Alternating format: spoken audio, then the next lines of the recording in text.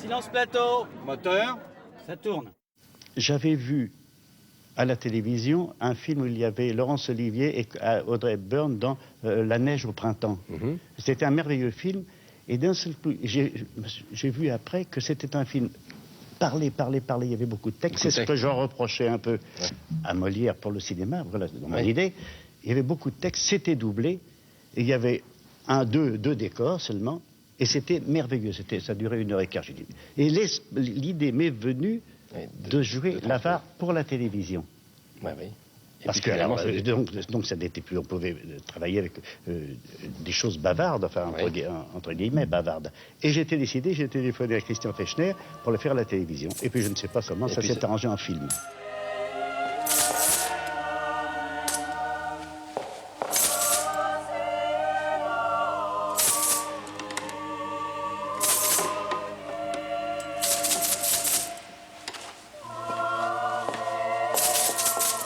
L'avare était un projet que Louis de Funès portait en lui depuis très longtemps. C'était un challenge auquel il avait envie de s'attaquer et auquel il s'est attaqué avec une sorte de respect presque excessif pour Molière, puisqu'il n'a pas été question de couper une ligne de la pièce. L'avare, pourquoi? Parce que ce rôle le travaillait. Il prétendait, probablement à juste titre, qu'il avait vu sa mère, car sa mère l'inspirait beaucoup.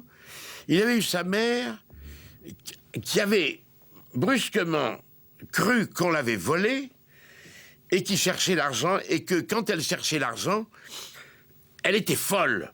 Elle jetait les matelas en l'air, elle foutait tout en l'air, et elle sautait. Elle sautait. On m'a volé, on m'a volé, on m'a volé. Donc, il s'est inspiré de ça. Et moi, je me disais, sauter, il exagère peut-être. Or, je me suis aperçu qu'il avait raison, simplement parce que, en revenant du cinéma avec mon fils, j'étais dans l'ascenseur, on habitait avec ma première femme, au 2e, 3e étage, et j'entends, c'est toi, Michel? Oui.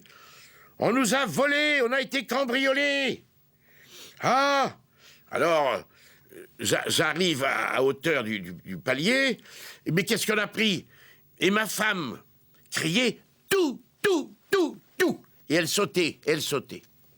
À ce moment-là, j'ai pas pensé à ce qu'elle avait pris, j'ai pensé à Le Funès. J'ai dit, il avait raison. Tout. Elle était assez forte, ma femme. Et elle se soulevait avec une souplesse énorme. Je voyais ses jartelles. Tellement, elle, voyez. Et je me suis dit, Louis a raison. Voilà. La folie. On l'a volé. L'argent, c'est pour ce bonhomme, c'est ça. On m'a coupé la gorge, on m'a dérobé mon argent. Qui peut s'être? Qu'est-il devenu? Où est-il? Où se cache-t-il? Il était vraiment perfectionniste à l'extrême.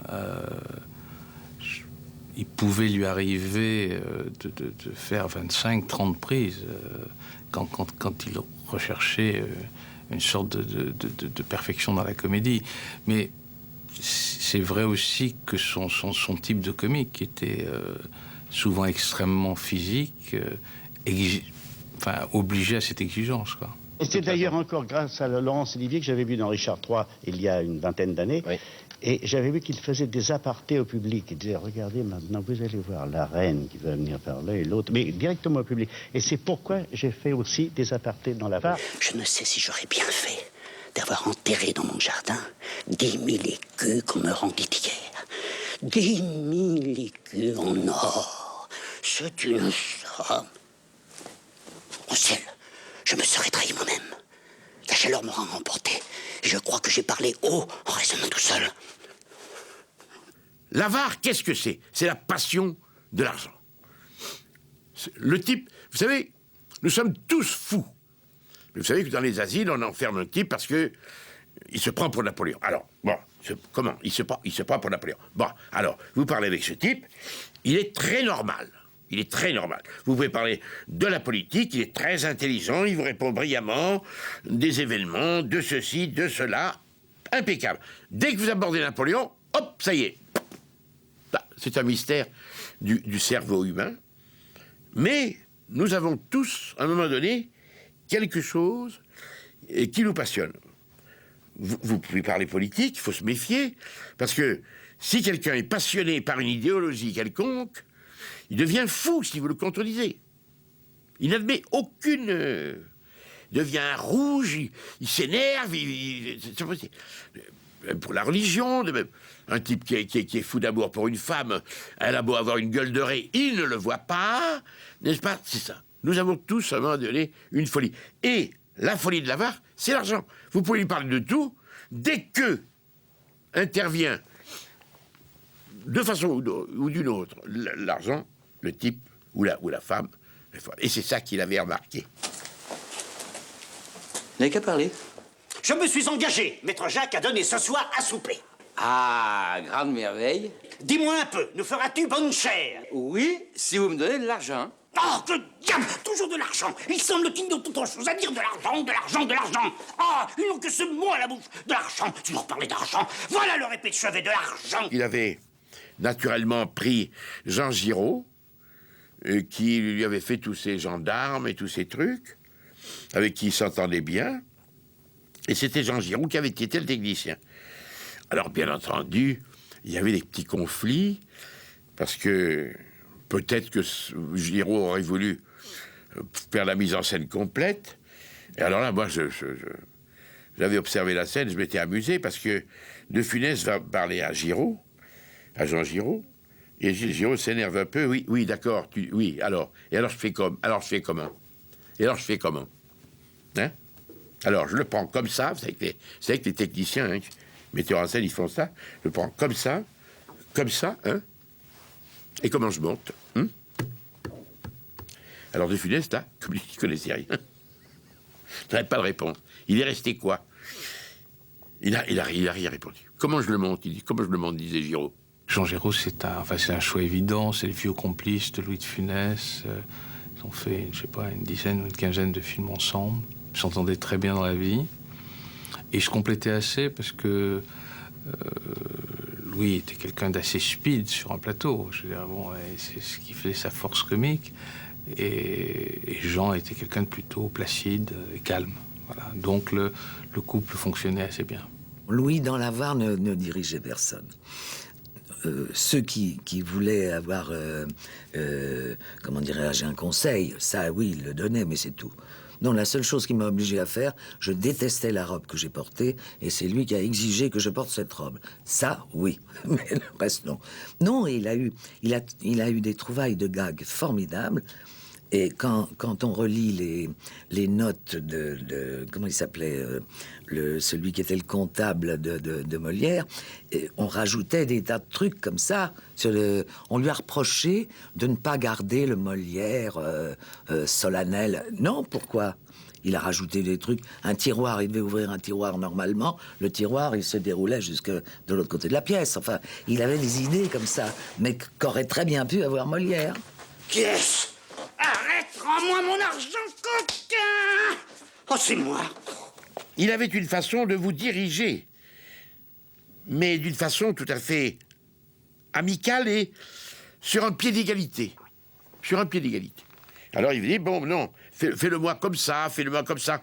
Non, bon, je vais me mettre comme ça, voilà. C'était quelquefois difficile parce que je me rappelle toujours d'avoir eu un fou rire parce qu'il m'étranglait. Moi, j'étais allongé sur la table et avec une rage, et je voyais sa tête méchante, comme un morpion en colère. Et là, j'ai eu un fou rire parce qu'il avait sa gueule sur moi. Et on n'a pas pu tourner, il a fallu s'y reprendre plusieurs fois. Mais il m'avait tout indiqué, comment... voilà, et je pense qu'avec tous les comédiens, il faisait pareil. C'était le jeu du théâtre, vous voyez. Le dernier acte est très difficile dans Molière à jouer. Et il avait en face de lui un garçon qui ne m'envahit pas, mais je crois qu'il n'est plus de ce monde, mais qui venait du français et qui jouait le rôle de l'exempt. Et Louis, en face, n'arrivait pas à dire tout le texte. Et il ne le sentait pas, ça n'allait pas. Et il s'est arrêté, il s'est assis dans un coin. Il y a eu un grand silence sur le plateau. Et Jean Giraud lui a dit, écoute, on reprendra quand tu te sentiras en forme. Etc. Et puis, il est resté un bon quart d'heure, assis, très triste, sur le plateau. Et je ne sais pas ce qui m'a pris. Et je suis venu vers lui. Puis je lui ai dit, écoute, tu sais, ta mère, si elle te voit de là-haut, elle doit dire c'est bien la peine. Hein. Il est arrivé jusque-là, mon fils. Puis là, il bute. Tout ça parce qu'il a quelqu'un en face de lui qui vient de la Comédie Française. Et alors? Et tu m'énerves. Bref. Il a eu un petit sourire, il est resté comme ça, je suis parti. Et à mon grand bonheur, il a enchaîné et il a joué. Parce qu'il avait été très impressionné. Les gens de la Comédie Française, ceux qui avaient l'habitude des grands classiques, il se sentait tout petit. Il était vraiment d'une modestie pas croyable.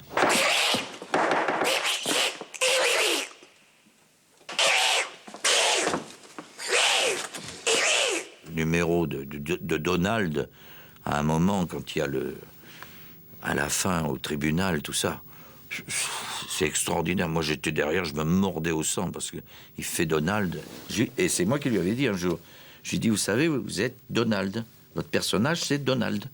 S'il y a un dessin animé, c'est Donald. Vous êtes méchant avec les faibles et lâche avec les forts, et c'est Donald. Son état de santé pour jouer dans l'Avare et d'autres films l'ont certainement quand même entravé. D'autant, je vous répète, que le médecin était là, attentif, et qu'il intervenait quand c'était trop. Il disait non, il faut qu'il s'arrête. C'était très agréable de tourner égoïstement en ce moment-là avec lui, parce que on avait des repos énormes. On faisait la sieste de 2h à 4 ou 5h, on s'arrêtait. Alors les producteurs essayaient bien de nous faire quelque chose, à nous, les valides, mais ils trouvaient difficilement. Alors on se reposait aussi. Mon pauvre Armand, mon cher ami, on m'a privé de toi, et puisque tu m'es enlevé, j'ai perdu mon support. Ma consolation, ma joie, tout est fini. Pour moi, je n'ai plus que faire au monde. Sans toi, il m'est impossible de vivre. L'Avare, c'était pour lui d'abord le moyen de jouer ce personnage qu'il avait en lui depuis 30 ans, 35 ans. Et de réconcilier théâtre et cinéma, de dire un texte merveilleux. Moi, je l'ai joué, l'Avare, alors je le connais bien. Et ça a été un bonheur pour lui. Il était au bonheur. Oh, c'est sûrement l'homme le plus charmant avec lequel j'ai jamais travaillé. L'homme et l'acteur le plus charmant avec lequel j'ai jamais travaillé.